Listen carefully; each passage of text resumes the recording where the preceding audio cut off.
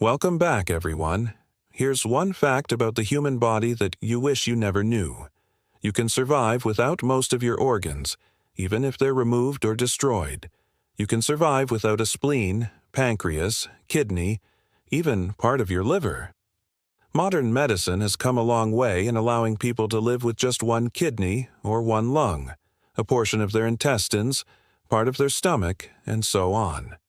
So it stands to reason that we must be able to live without our brains, right? After all, there are those cases of people who have been declared brain dead, but then miraculously recovered. In some cases, doctors will declare someone brain dead when they don't have the means to properly test for brain activity, when really they were still alive. They just needed more time. In 2007, a Polish woman named Claudia gave birth to a baby boy, which was amazing considering she had no heart. Well, not entirely. She was born with a rare condition called congenital heart block. Her heart was beating at a rate that was too slow to sustain life, so a pacemaker was put in her chest, which would regulate her heartbeat. But the problem was that after the surgery, her brain began to shut down.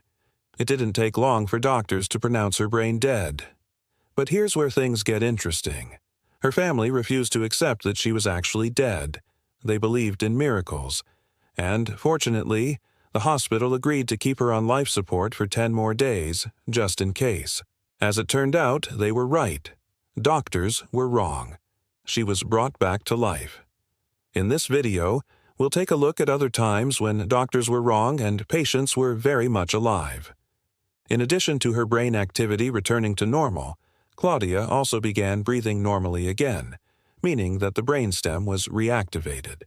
If the brainstem is working, then the person is technically alive, but only barely.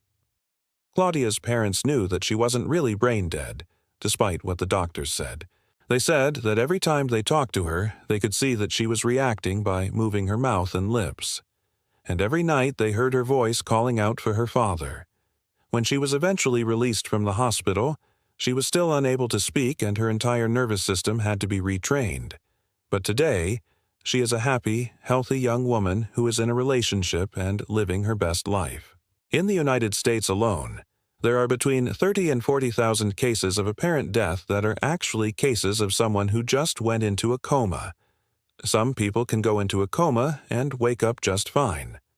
Others might need some assistance, but will eventually be able to lead a normal life. Still, there are many factors that determine whether or not someone will wake up from a coma. If they suffer severe brain trauma, for example, it's unlikely that they'll make a full recovery. The same goes for those who experience oxygen deprivation to the brain. However, sometimes there's absolutely no rhyme or reason to it. A person will be in a car accident, for example, and walk away from it with just a few scratches and bruises.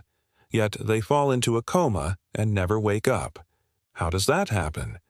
We're not entirely sure. There have been countless cases of people who seem to be dead only to wake up days, weeks, or even months later. There was even a case of a girl who was pronounced dead and then woke up 18 years later. That's the longest known case of someone being in a state of suspended animation. If you've ever watched any medical drama, you know that doctors use something called the Glasgow Coma Scale to determine the severity of someone's injuries and to assess their chances of survival. Essentially, doctors will ask you a series of questions and then grade you based on your responses. The higher your score is, the better your chances are of waking up. Sadly, there are still cases of medical professionals mistaking a coma for brain death. This is especially true in underdeveloped nations where the necessary equipment for testing brain activity isn't available. We've all heard of miracle recoveries. People who were pronounced dead at the scene of an accident who then woke up in the ambulance on the way to the hospital. In 2013, a 30-year-old man from Wisconsin died of a drug overdose. His brain had been starved of oxygen for almost 10 minutes, which caused significant damage. Usually, when something like this happens, the brain will begin to shut down within 4 minutes. But somehow he managed to hang on. He was kept on life support while his family made arrangements for his funeral. But against all odds, he woke up. His brain had suffered so much damage, however, that he would never be the same again. He had no idea where he was or how he got there. He couldn't recognize his own wife or children. Although he was alive, he was no longer the same person. His personality was gone. His identity was gone. He was essentially a vegetable.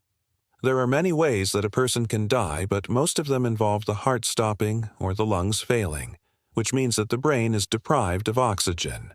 When this happens, the brain will begin to panic. It'll try everything in its power to continue functioning. Sometimes it will sacrifice areas that aren't as important, like the cerebellum, which controls movement. If you've ever seen someone having a seizure, you know that their entire body is racked with uncontrollable movements. What's happening is that the part of the brain responsible for movement has gone offline. The brain stem, however, will remain active for as long as possible, because that's the part of the brain that keeps us alive. It controls basic functions like breathing, swallowing, and heartbeat. It also has reflexes built into it that can kick in if the brain shuts down. When someone dies, their muscles will relax, causing the jaw to drop open and the eyes to roll backward. This is called the relaxation response. It occurs when the brainstem is no longer receiving signals from the cerebrum, the part of the brain that controls voluntary action. Once the brainstem takes over, it will send signals to the body to slow the heartbeat, relax the muscles, and reduce blood flow to the extremities. This allows the body to conserve as much energy as possible, which is essential if the person is going to survive without the help of modern technology. Reflexes are basically hardwired responses to stimuli. If you touch a hot stove, for example, you'll automatically pull your hand away before you even realize what happened. Your brain doesn't need to tell your hand to do this. It just happens.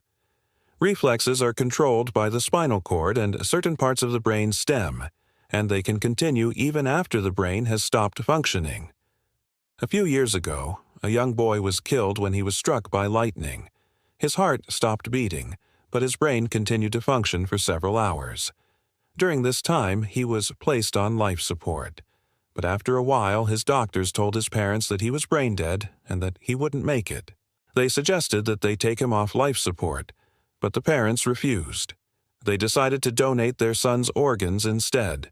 When the doctors checked on the boy, they noticed that he was moving his fingers and toes, which is unusual behavior for someone who is brain dead. They took these signs of life to the hospital's ethics committee, who ultimately ruled that he should remain on life support until further tests could be conducted. As it turned out, the boy wasn't brain dead after all. He was simply in a coma. He was eventually able to make a full recovery and return home to his loving family. Have you ever heard of someone who was declared dead but then came back to life? Let us know your thoughts. And thanks for watching.